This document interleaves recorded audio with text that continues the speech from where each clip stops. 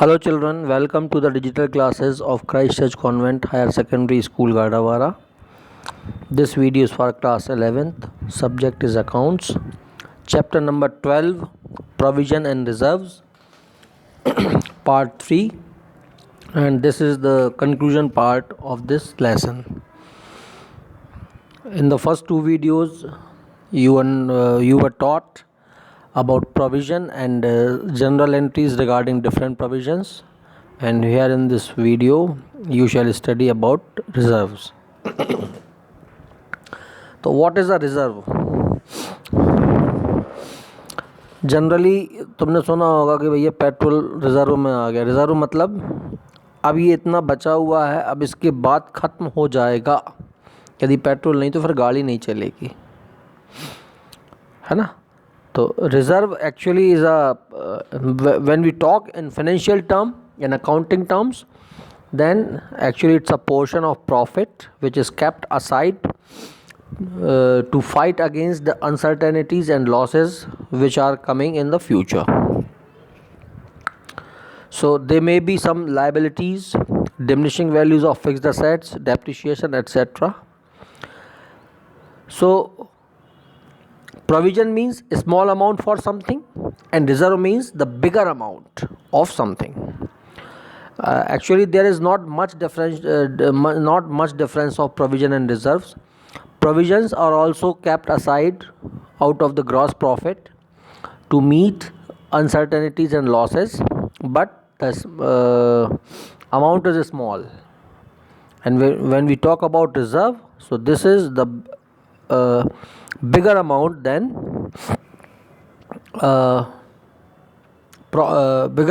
provision. So reserve actually is a part of undistributed profit, and this is the amount which has to be distributed to the shareholders in the form of dividend, but it is not distributed, and before this it is kept as a reserve. So this is what reserve. And according to Companies Act 1956, the amount of profit which is retained in the excess of the amount and reasonably necessary for the purpose for which it is created, so it is called a reserve and not a provision. So on the basis of the meaning you can understand some of its characteristics. It is created from the net profit. तो ध्यान देना, provisions बनाए जाते हैं gross profit में से और reserves बनाए जाते हैं नेट प्रॉफिट से या डिविजिबल प्रॉफिट से. प्रोविज़न बनाना कंपलसरी है लेकिन रिज़र्व बनाना ऑप्शनल है. ये बेसिक डिफरेंस है दोनों का, है ना. रिज़र्व ऑप्शनल है, बनाना है तो ठीक, नहीं तो कोई बात नहीं, लेकिन प्रोविज़न कंपलसरी. तीसरी बात है ये क्यों बनाए जाते हैं? Just to give a strength to the financial position of the business for the future uncertainties.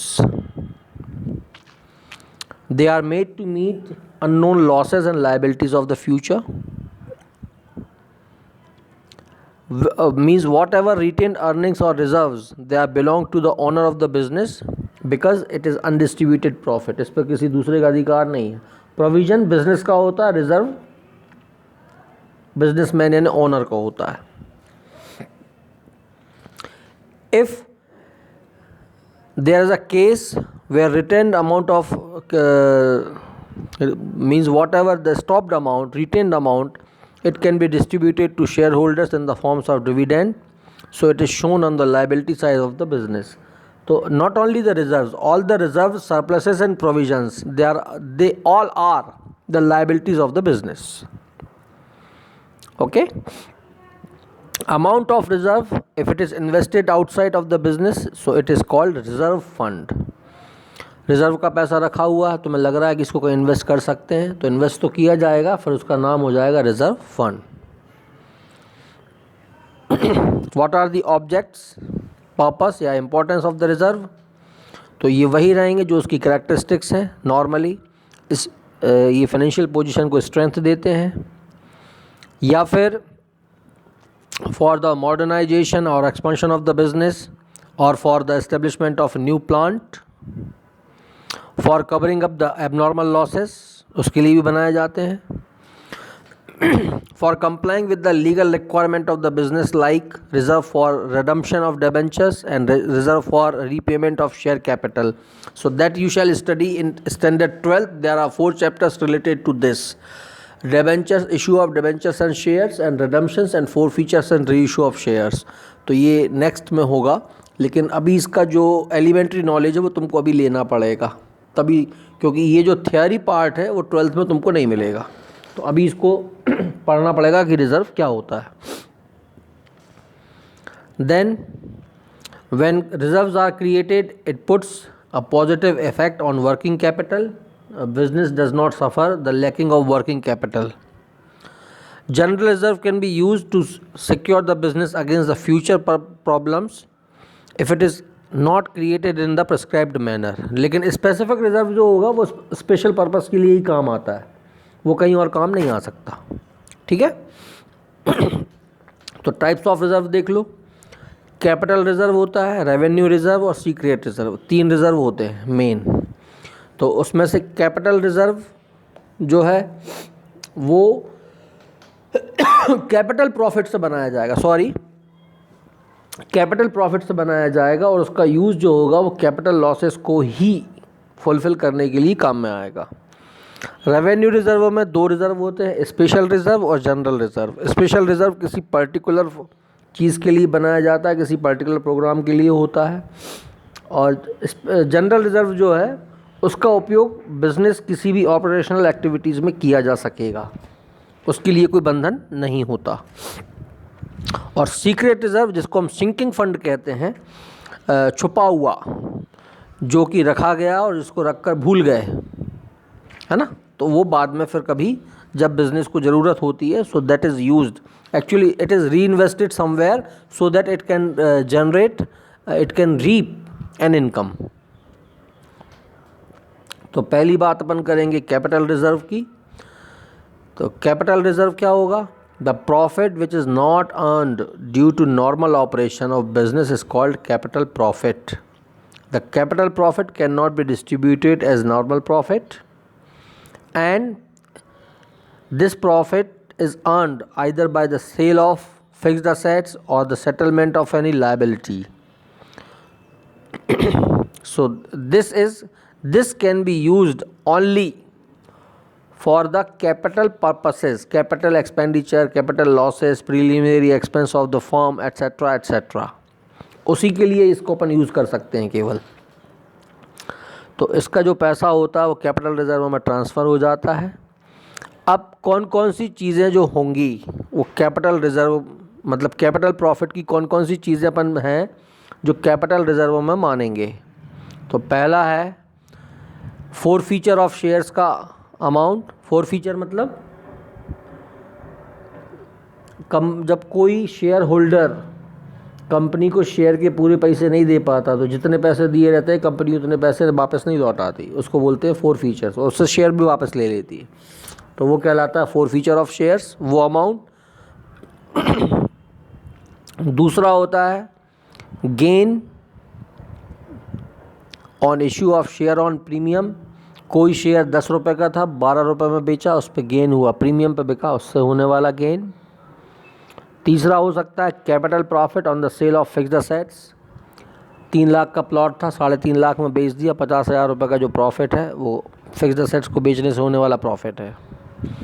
Gain on issue of debentures on premium. Debenture या शेयर्स दोनों को प्रीमियम पे बेचा। प्रीमियम मतलब जो उनकी फेस वैल्यू है उससे ज़्यादा कीमत में उनको सेल किया गया, बेचा गया है।